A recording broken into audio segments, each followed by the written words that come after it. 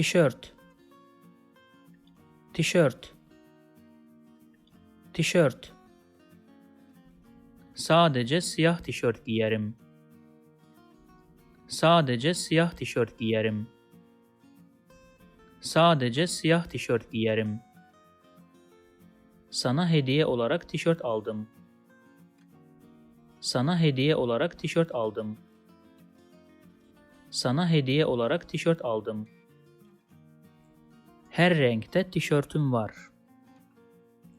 Her renkte tişörtüm var. Her renkte tişörtüm var. If you like this video, please subscribe to my channel below for more videos on Turkish grammar, vocabulary and pronunciation. Also, if you think this video can benefit somebody else, please share it with them. Last, if you have any comment or request, please provide your feedback in the comment section below and I'll do my best to respond as soon as possible.